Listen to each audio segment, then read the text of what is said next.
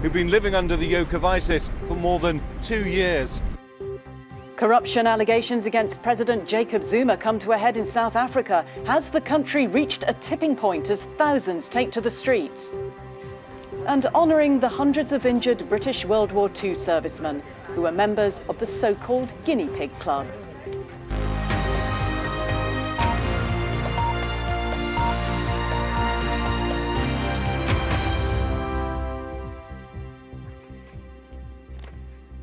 In just a week from now, we'll know who the next US president will be. The campaign has taken some surprising turns over the last few days. The news that the FBI is once again looking into Hillary Clinton's emails, a sudden tightening of the polls, and, of course, more accusations of bullying and corruption from both sides.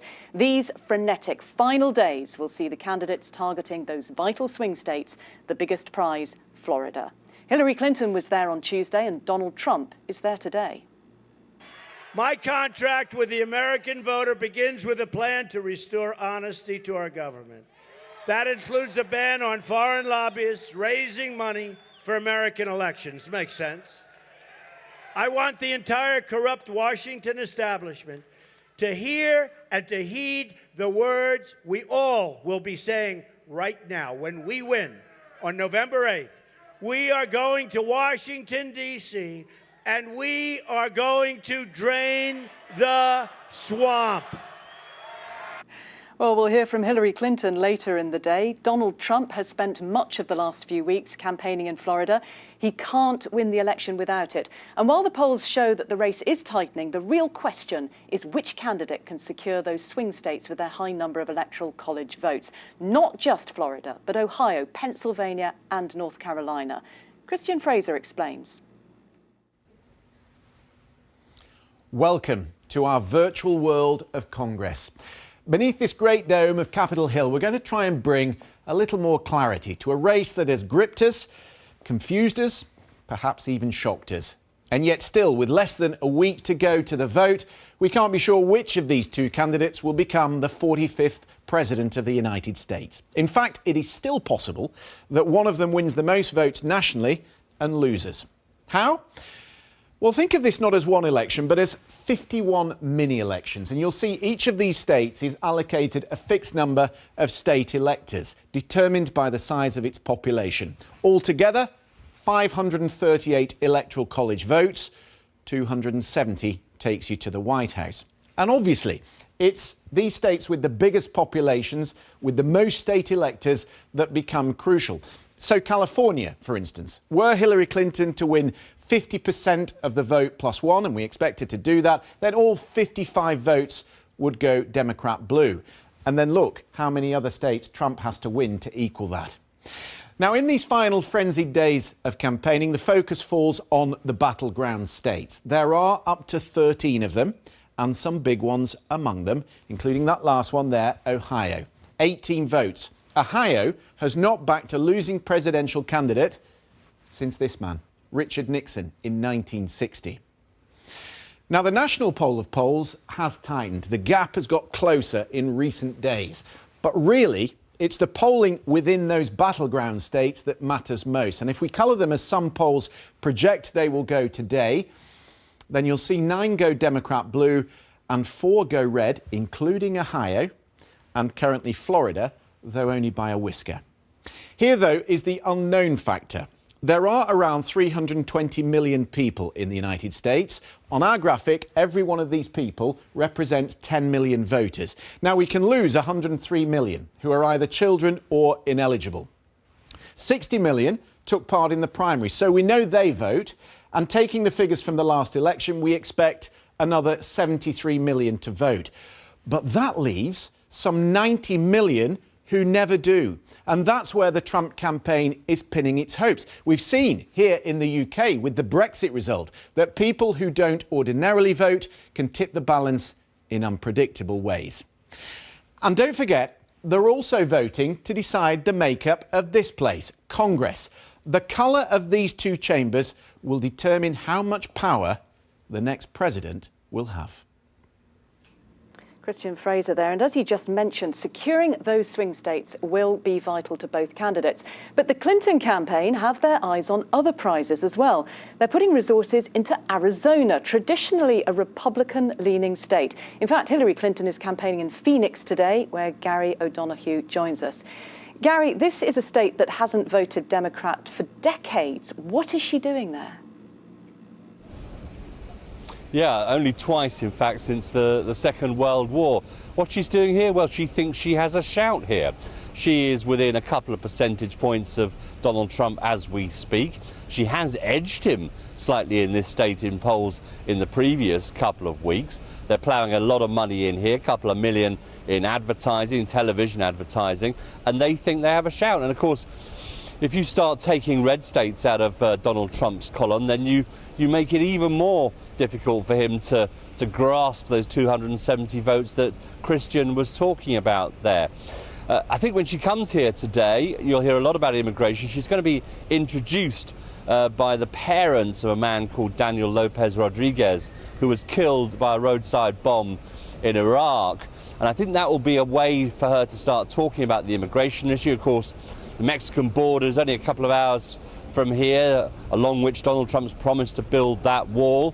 That would be a big motivating factor among Hispanics to rally to the Clinton cause. They normally vote Democrat anyway, but they might vote Democrat in a lot bigger numbers this time around. They're usually underrepresented in turnout. It's quite hard to get Hispanics to go to the polls, but Clinton is absolutely concerned and convinced that if she can up the turnout in Hispanics in this state, then she has a real chance of taking it and its 11 electoral votes. You know, Gary, it's striking. You're actually talking about issues on the campaign trail instead of character and insults. Do you think that Clinton is going to be changing her strategy in these last few days, trying to give more of an upbeat, positive message? Yeah, I would think so. I mean, there's been a slight change in the last 24 hours because over the weekend, since Friday, she had to address the email question, the new probe by the FBI into these emails on Huma Abedin, her top aide on the computer of her ex-husband, etc. She had to address those. In the rally I was at with her on Monday in Cleveland, that was the first thing she did. Now, in her appearances yesterday in Florida, key state of Florida, she started to drop the references to that. And that'll be because the campaign have some polling, have some indication that they may have limited the damage to the extent they can on that issue, and now need to pivot towards attacking Donald Trump, yes, doing lots of that, pointing out what he's said, the groups he's attacked, but also trying to inject a little bit of positivity into it too, because people don't just vote on what they don't want, they also vote on what they do want, and she has to offer them something at this stage. Indeed she does. Well, Gary O'Donoghue there in Phoenix, thank you very much for joining me. Well, for more on how those numbers will add up, let's talk to Katty Kay, who's clocked up almost as many miles crisscrossing the country as the candidates themselves at this point. Well, let's just pick up on something that Gary said there. Clinton in Arizona, not an obvious state for her to be, but Donald Trump has been in Michigan and Wisconsin. They all seem to think other states are coming into play. Right. I mean, there's a slightly schizophrenic feel in both campaigns at the moment. On the one hand, projecting confidence, Clinton in Arizona trying to get a state that the Democrats don't traditionally win, but at the same time, pumping something like $30 million into advertising into some traditionally blue states, almost trying to protect the castle walls. I think they're thinking, look, we have to hang on to Michigan and Wisconsin. We've got to hang on to Pennsylvania. They've even put money back into Virginia. They haven't done that for weeks, Jane, advertising in Virginia. So there's some awareness that the polls have tightened and that they can't afford to lose those blue states, and still this foray into Arizona. And I think you're seeing the same thing in the Trump campaign. Look, Trump has always said he was going to rewrite America's Rust Belt, the Midwest. And that's why you're seeing him too in Michigan and Wisconsin. Again, it's to some extent a projection of confidence. There's a brand new poll out in Wisconsin today, a reputable poll, which still has Hillary Clinton comfortably ahead in Wisconsin. But he wants to project confidence to his supporters too. And presumably also suppress the vote, which may be working in terms of the black vote, because President Obama has been in North Carolina. You just came back from there yesterday, trying to get African Americans out to vote. How worried is the Clinton campaign about that? Well, look, this is what they were talking about down in North Carolina. They've got good numbers overall for early voting turnout, but amongst African Americans, the numbers are down on 2012. Now, to some extent, it's unrealistic to compare enthusiasm amongst black voters for Hillary Clinton with Barack Obama, right? I mean, they were never going to reach that kind of a benchmark. But Hillary Clinton knows that if she wants to reach to win North Carolina, then the African-American vote is very important. It's why Barack Obama was there today in Chapel Hill trying to rally millennial voters, but also trying to reach African-American voters, trying to say, and he said specifically on a radio program today, this is my legacy at stake. There is one more vote we have to win, and that's for Hillary Clinton. 24 million votes have already been cast. Some of them, a large number of them, in fact, before the FBI made its shocking announcement about its investigation into Hillary Clinton's emails. Donald Trump says they should vote again. Can they? Well, you sent me back to do my homework, Jane, on this one. In 7 states, yes, Donald Trump has said, listen, if you've got buyer's remorse, change your vote. And in 7 states, you can do that. Pennsylvania would be an important one that allows you to change your vote, but not many people do early vote in Pennsylvania. It's not a big tradition. He was in Wisconsin when he said this. Wisconsin is a state that allows you to change your vote 3 times if you've had buyer's remorse. I'm not quite sure how they actually physically do that. It must be on electronic voting. So he was right. You can go and change your vote. Well, there's the thing. And where are you off to next? I can't remember. Well, it's nice to have you back here in DC. Katty Kay, thank you very much indeed for joining me. And for more on the US presidential election, do go to our website. We've got a live page with the very, very latest from the campaign. It's all there at bbc.com/US election. Now, Iraqi forces are closing in on the Islamic State stronghold of Mosul after gaining a footing in the city on Tuesday. But they're facing fierce resistance as they move from street to street. It's now 17 days since the start of the campaign to take back the city, which was captured in June 2014. Elite Iraqi troops secured the eastern area of Gorjali on Tuesday.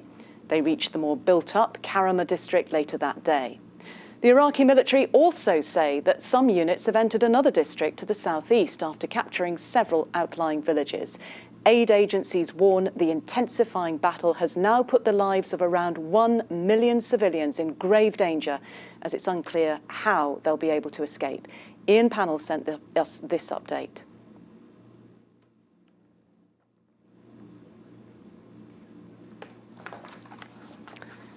And it looks like we've got a few technical problems there. So let's move to our next story. South Africa's President Jacob Zuma is once again under fire after an investigation found possible evidence of corruption at the top level of his government. The president has previously tried to block the release of the report. He's accused of an improper relationship with wealthy businessmen. Thousands of people gathered in cities across the country demanding Mr. Zuma's resignation. And I'm hoping we can go to Milton Ngosi with the next report.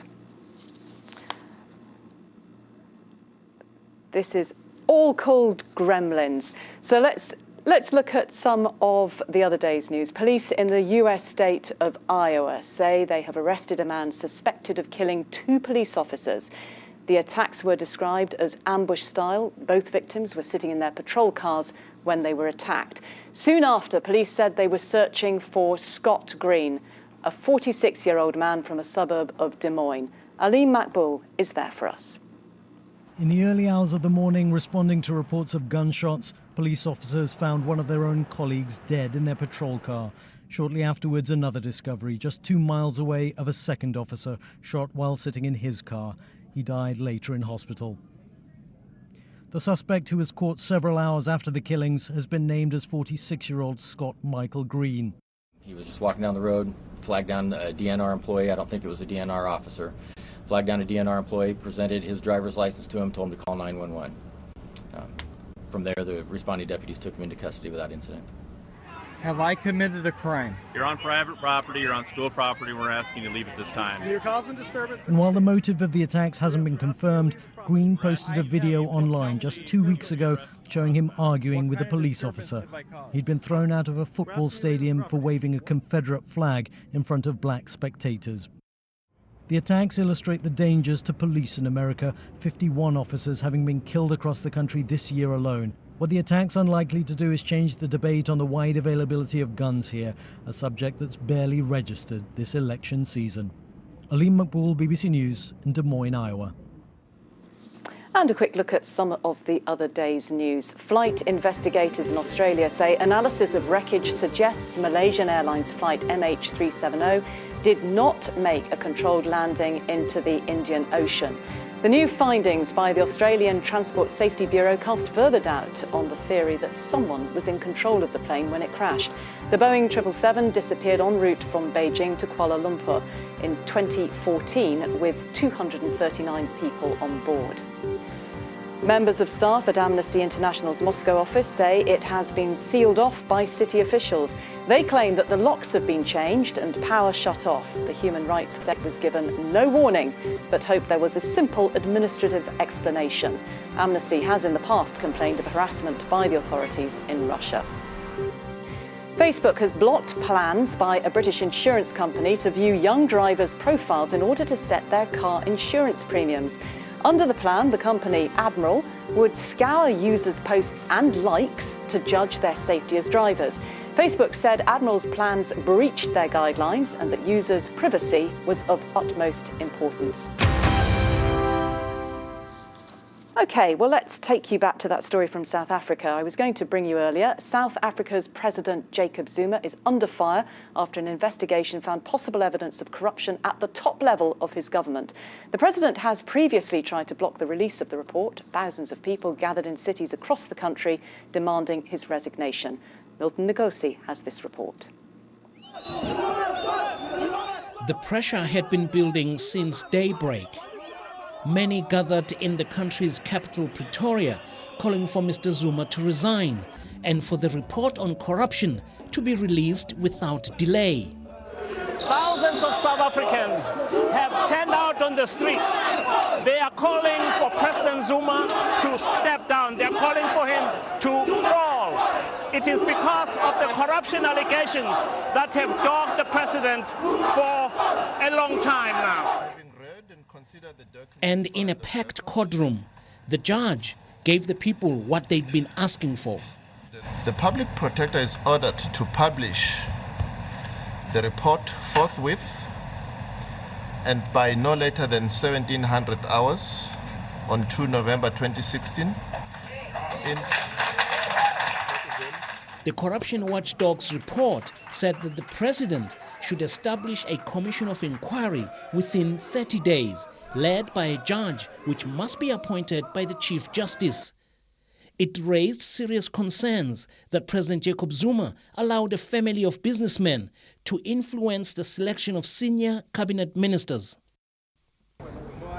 This was exactly the judgment the opposition parties had been hoping for. It's a historic day for the people of this country. It's a significant day because today what has happened is that South Africans have reclaimed the constitution. When we laid the complaint against Jacob Zuma, we knew that there was prima facie evidence that indicates that there's evidence of state capture. It was not just Mr. Zuma's political enemies. Civil society groups, including some from Mr. Zuma's own governing ANC. We've written to the president, we've asked for a meeting with him, we've told him that we believe that he is no longer deserving to lead this country. This report is not good for President Zuma, but it is not as damning as some in the opposition had hoped when they came to court this morning. There are many who believe that with all the corruption allegations against President Zuma, that things might be coming to a head. Somehow, it does feel like South Africa is reaching a tipping point. Because of Jacob Zuma. Now South Africa's attention will be turned to Jacob Zuma and the ANC to see how they will respond. Milton Ngosi, BBC News, South Africa. And of course, that's a story we'll be watching very closely and we'll bring you more reaction as we get it. Now, a group of British pilots who suffered horrific burns during World War II have been honoured for their contribution to plastic surgery. Known as the Guinea Pig Club for their willingness to be tested on, the men underwent experimental techniques that became the foundation for modern reconstructive surgery. Our health editor, Hugh Pym, has the story. At East Grinstead, burly, newly knighted Sir Archibald McIndoe meets 227 members of the Guinea Pig Club. They were known as the guinea pigs because the burns treatment they received was in its infancy. Little did they know then how much it would shape modern medicine. That was a photograph of me in hospital. Desmond O'Connell, who's nearly 97, is the oldest surviving member of the Guinea Pig Club. How they did this in wartime, I don't know. But he was on a bombing mission in 1941 and suffered serious burns when the plane crashed. Medics thought he wouldn't survive. I had new chins. I had 3 times they operated because they didn't go quite right. I had new eyelids, new ears, taps, and the backs of my legs were grafted too. The Duke of Edinburgh's been the Guinea Pig Club's patron since 1960. Today he unveiled a commemorative monument at the National Memorial Arboretum, with some club members there too. The club is remembered at the Queen Victoria Hospital, still a specialist burns and plastic surgery centre, where McIndoe's legacy lives on. The biggest thing is the philosophy of plastic surgery that he brought to the table, which was really the fact that you can treat these horrifically burnt patients, and to do it by using techniques that are considered now to be standard, but were quite radical. There's now a statue of Sir Archibald McIndoe with one of his patients here in East Grinstead. It was a community which welcomed the often severely disfigured serviceman on visits from the hospital. It became known as the town that didn't stare. I was unfair to McIndoe, and for years later, and it wasn't until you're bit older, a bit more wise, you realise just what he had done, quite frankly. It's a unique club, and the members and their patron know there may not be too many more gatherings like this. Hugh Pym, BBC News. Honouring a bravery you don't often think about. Now let's return to our top story, the US presidential elections. Today, BBC World News has been looking at the impact around the world. One of the new president's most urgent challenges will be working out how to deal with a resurgent Russia. Relations between Washington and Moscow haven't been this tense since the Cold War, with the two countries divided over the conflicts in Ukraine and Syria. So how did America and Russia grow so far apart? Our Moscow correspondent Steve Rosenberg reports. Clinton, Bush and Obama, 3 American presidents with one thing in common. They've all had to deal with this man, Vladimir Putin, the face of Russian politics for more than 16 years. He'd started out, or so it had seemed, America's friend, but smiles turned to suspicion when the Kremlin launched a crackdown on political opponents like tycoon Mikhail Khodorkovsky. The US grew disillusioned with Russia's leader, and he became disillusioned with America. Over the invasion of Iraq and Washington's unilateral withdrawal from the anti-ballistic missile treaty. At one point, the US and Russia did try to hit the reset button. It didn't work. When anti-government street protests erupted in Russia, Vladimir Putin claimed that Washington was behind them. He said the same about Ukraine's revolution. The US condemned Moscow for annexing Crimea and imposed sanctions. While over Syria, US-Russian tensions have reached a new, dangerous level. Today, the image Vladimir Putin projects to the world is of a strong leader who believes he's right and America's wrong, a Russian president who wants to change the balance of power in the world. So how will the new man or woman in the White House deal with that? By cooperating with the Kremlin, says Donald Trump. I don't know Putin. He said nice things about me. If we got along well, that would be good. Well, that's because he'd rather have a puppet as president of the United States. No puppet. Hillary Clinton is more hardline on Moscow. The Russians have engaged in cyber attacks against the United States of America, that you encouraged espionage against our people, that you are willing to spout the Putin line. But history shows that once an election is over, rhetoric gives way to political reality. And the reality is there needs to be a dialogue between a US president and the leader of Russia. And there's no sign of Vladimir Putin vacating that stage anytime soon. Steve Rosenberg, BBC News, Moscow. And that's all from the programme. Next we have the weather. But for now, from me, Jane O'Brien, and the rest of the team, goodbye.